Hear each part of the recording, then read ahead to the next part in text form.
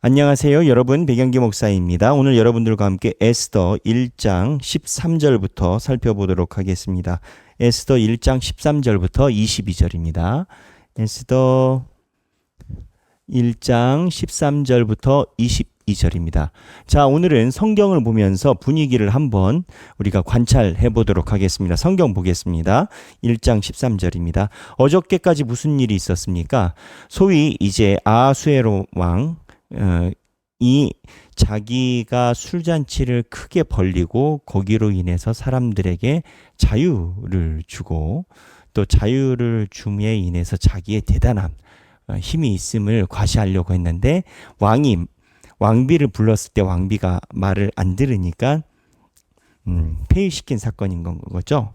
그리고 나서 오늘 본문에 이어지는 겁니다. 왕이 사례를 아는 현자들에게 묻되 13절입니다. 왕이 규례와 법률을 아는 자에게 묻는 전례가 있는데 그때 왕에게 가까이 하여 왕의 기색을 살피며 나라 첫 자리에 앉은 자는 바사와 메대의 7장관 곧 가르스나 세달 아드마다 다시스와 메레스와 마르스나와 무무간이더라. 7명의 이제 고관이 있는 건 거죠. 이 고관이 왕과 같이 있는 건 거죠. 왕이 화가 났어요. 그리고 이 와스디 왕후의 행동에 대해서 분을 냈어요. 이거를 어떻게 처리를 할까 하다가 이 왕이 고관들에게 물어봅니다. 고관들에게 물어보고 어떻게 처리할까 물어본다라는 겁니다. 이 왕후를 어떻게 뽑았을까요? 이 페르시아의 기록에 보면 이 왕후는요, 이 7명의 고관들의 가족 중에 한 명을 뽑는 그러한 규례가 있곤 했답니다. 그러면 이제 페르시아가 언제나 그렇게만 뽑았냐? 꼭 그렇게는 말하기 어렵다라는 겁니다. 그때 뭐 달라지기도 하고 어떤 왕은 그냥 평민 중에 지나가다가 자기 마음에 드는 여인이 있어가지고 그 여인을 자기 아내로 삼아서 한 왕도 있대요. 페르시아는 이 부분에 대해서는 굉장히 규율이 약했던 것 같아요. 그런데 성서학자들이 추정하건대 이 와스디라라는 왕후는 고관들 중에 자녀들 중에 뽑힌 왕후가 아니겠는가라고 추정을 합니다. 왜냐? 지금 이 왕이요, 이 와스디 문제를 해결하기 위해서 7명의 고관을 부릅니다. 그리고 이들에게 의중을 물어봐요. 그냥 자기 홧김에 하면 되는 건데 그렇게 하지 못하는 무언가가 있다라는 거죠. 배경이 있는 듯 싶다라는 거죠. 그래서 이 7명의 고관들의 의견을 물어보니까 그 중에 7명의 이름이 다 나옵니다. 우리가 주목할 만한 사람이 성경에 그 다음에 나오는데 그 중에 무무간이라는 사람입니다. 15절에 왕후 와스디가 네시가 전하는 아하수에로 왕의 명령을 따르지 아니하니 규례대로 하면 어떻게 처치할까? 왕후 와스디가 이렇다라고 왕이 물어봤어요. 지금 7명. 그러니까 왕은 자기 손에 피를 안 묻히는 형태를 가고 싶은 건 거죠. 번거로운 일을 자기가 안 하는 형태를 가져가고 싶은 건 거죠. 이유는 모르겠으나 이 와스디의 배경과 연관이 된 것처럼 보인다라는 거죠. 그때 16절 이 이야기를 하려고 우리가 여기까지 온 거예요. 무무간이 왕과 지방관 앞에서 대답하여 이르되 왕후 와스디가 왕에게만 잘못했을 뿐 아니라 아하수에로 왕의 각 지방의 관리들과 뭇 백성에게도 잘못하였나이다. 아하수에로 왕이 명령하여 왕후 와스디를 청하여도 오지 아니하였다 하는 왕후의 행위의 소문이 모든 여인들에게 전파되면 그들도 그들의 남편을 멸시할 것인즉이라라고 나와요. 그래서 18절 오늘이라도 바사와 메대의 귀부인들이 왕후의 행위를 듣고 왕의 모든 지방관들에게 그렇게 말하리니 멸시와 분노가 많이 일어나리이다. 19절 왕이 만일 좋게 여기실진데 와스디가 다시는 왕 앞에 오지 못하게 하는 조서를 내리되 바사와 메대의 법률에 기록하여 병개함 고치지 못하게 하고 그 왕후의 자리를 그보다 나은 사람에게 주소서. 자, 무무간이라는 사람이 나옵니다. 7명 중에 한 명이에요. 그리고 이 일을 이렇게 해석해요. 지금 아내가 남편의 말을 안 들은 겁니다.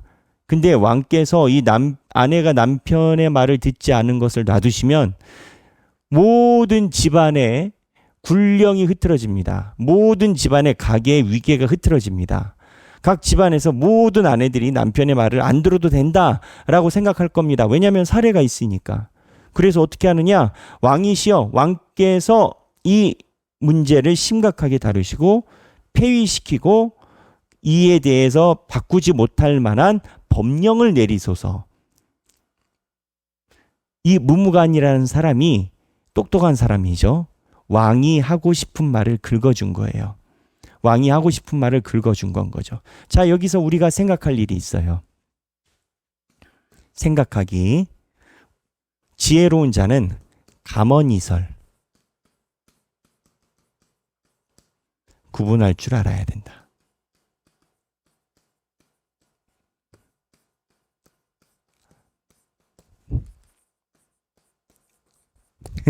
제가 최근에 들은 목사님들 간의 이야기가 있었습니다. 목사님들이 이제 교회를 섬기면서 봉사하다 보니까 교회에서 열심히 하시는 분들 있잖아요. 교회에서 열심히 하시는 분들은 사랑을 받죠. 누구에게 사랑을 받아요? 첫째는 하나님께 사랑을 받고 두 번째는 교인들에게 사랑을 받죠. 근데 열심히 하고 싶다라는 마음은 있는데 반심이 있거나 여하튼 복잡해서 열심히 하지 않는 분들이 교회별로 다 있어요. 그러니까는 제가 교회를 담임 목회를 하면서 참 신기한 게 단순히 어느 한 교회에만 있는 그런 느낌이 아니라 전 교회적으로 케이스가 다 있는 건 거예요. 동일한 케이스. 그래서 저는 이것도 하나의 흐름이다라고 생각을 하는 게 많이 있습니다. 근데 이렇게 열심히 하지 않은 분들이 소위 열심히 하시는 분들 안에서 본인 생각인 거죠. 누가 그런 게 아니라 본인 생각. 본인 생각에 많은 대우와 칭찬을 받지 못한다라고 생각을 하니까 뭐 교회에서 누가 그렇게 하겠어요. 그렇게 하지 않지. 근데 본인의 이제 자격지심인 거지. 그래서 이제 이 중간에 있는 분들이 어떻게 하느냐라고 하면 이 중간에 있는 분들이 자기에게 칭찬해 줄 수 있는 사람들에게 호의를 베푼답니다. 그 호의가 누구냐? 뭐 교회에 크게 관심 없는 사람이나 교회에 입교한 지 얼마 안 된 사람들이라든지 그래서 그들에게 좋은 말로 마음을 얻으려고 노력을 한답니다. 그래서 그 사람들이 마음을 얻어지면 본인들이 이제 마치 이 사람들과 대단한 무어가 있는 것처럼 여기고 뭐 사사건건 다른 목소리를 내곤 한답니다. 이게 교회별로 다 똑같은 얘기들을 하셔요. 그래서 제가 그 얘기를 들으면서 그런 흐름이 있구나. 그러면 교회에 처음에 입문한 사람들은 무엇을 알아야 되는가? 이 감언이설이라는 표현은 제 표현이 아니에요. 신학책에 나와요. 그러니까는 주석책에 나오는 얘기입니다. 지금 이 부분은 제가 성경 해석하는 부분은 여러분 잘 아시지만 제 자의로 해석하는 건 하나도 없어요. 신학자들이 견해를 내놓고 그 분위기에 의해서 본인들이 연구한 바를 내놓은 걸 중심으로 여러분들이 이해하기 쉽게 차근차근 잘게 부수어서 드리는 그러한 과정이거든요. 거기에서 감언인설을 구분할 줄 알아야 한다라는 게 이제 이 파트에서 많은 학자들이 주의를 내놓는 부분인데 이 감언이설이 교회와 신앙생활에서 뭐가 있겠냐라는 거예요. 그럼 이제 우리가 드는 생각이 이거예요. 목사님, 우리에게 호의를 베푸는 사람과 감언이설인 사람이 비슷해 보이는데요. 그렇죠. 교회에서 우리를 사랑해서 호의를 베푸는 사람이 있고 그 다음에 감언이설로 하는 사람이 있는데 이거를 겉으로 볼 때는 비슷해 보여요.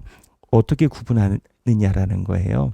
네, 구분하는 게 힘든 거 아니겠습니까? 근데 교회 안에서는요, 이거를 구분하는 것이 아주 간단해요. 하나님의 교회와 하나님의 나라를 위한 덕이 되느냐, 덕이 되지 않느냐로 나누면 되는 거예요. 아무리 좋은 이야기를 나누곤 해도 덕이 되지 않는 이야기가 있거나 또는 사람이 사람을 마음을 얻기 위해서 하는 것은 하나님께서 기뻐하시지 않기 때문에 그 순간에는 드러나 있지 않아 보여도 시간이 지나면 덕이 안 되곤 합니다. 교회에 덕이 안 되곤 합니다. 처음에는 이러한 목적을 안 가지고 하는 경우가 대반이에요. 누가 교회에 와가지고 나쁜 마음을 갖고 대화를 하겠어요? 그러지 않아요. 그런데 부주의함으로 또는 사고를 깊이 하지 않음으로 인해서 어느 누구도 의도하지 않았지만 이 감언이설 쪽에 서신 분들은 나도 모르는 사이에 하나님 나라와 덕에 해를 끼치는 말을 하고 있어요. 의도하지 않았는데 거기에 쓸려가 있어. 그래서 이 사람들의 말을 구분하는, 감언이설을 구분하는 것이 가장 중요한 신앙생활 중에 하나예요. 예전에 이야기를 한 적이 있지만 하와가 뱀의 이야기를 분별할 줄 알았다면 인류는 다른 역사를 걸었을 것이다. 그냥 신학에 있는 테마예요. 그래서 하와의 실수, 제1실수를 뭘로 보냐면 분별력 상실입니다. 뱀의 이야기를 분별할지 모르는 건 거예요. 오늘 본문도 마찬가지예요. 지금 왕의 문제가 뭐냐? 감언이설이에요. 감언이설을 자기가 원하는 대로 받아들였거든요. 근데 이거는 결국 분별력과 관계 있어요. 신앙생활은 분별력을 요구합니다. 에덴 동산 안에도 뱀이 있었어요. 신앙생활에도 언제나 하나님과 성령이 우리를 부지런하게 지키시고 보호해 주신다면 하나님과 성령에 반하는 다른 영적인 존재도 있는 거예요. 그렇다면 똑같아 보이는 가장한 천사, 바울의 표현에 의하면 거짓으로 가장한 천사를 구별하는 방법은 분별력이 필요한 건 거예요. 오늘 이 얘기가 왜 나오느냐? 이 왕이요, 나중에 2장에 보면 살짝 후회하는 듯한 모습을 보입니다.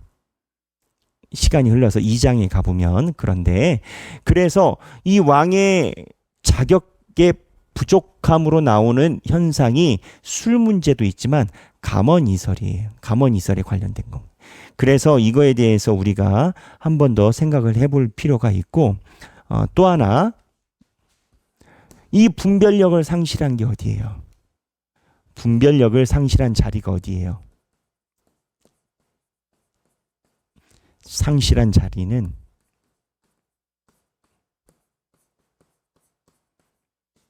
파티이다.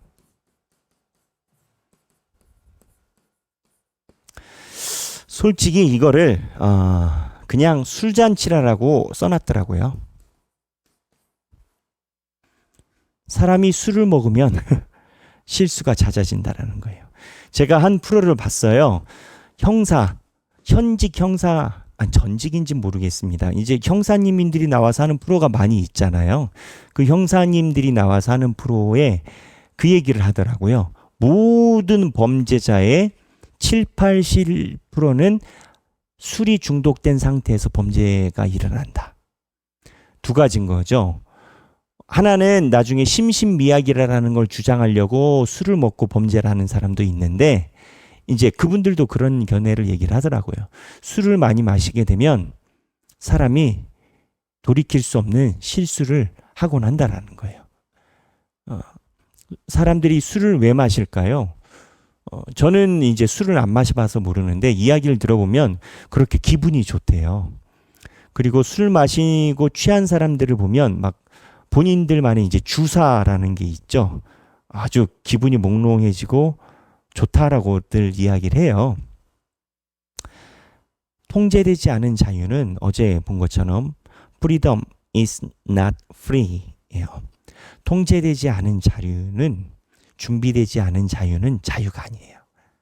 그래서 오늘 본문에서 두 가지를 우리가 생각해 볼 필요가 있고 기도해 볼 필요가 있어요. 첫 번째, 분별력을 주시라 라고 우리가 기도해야 돼요.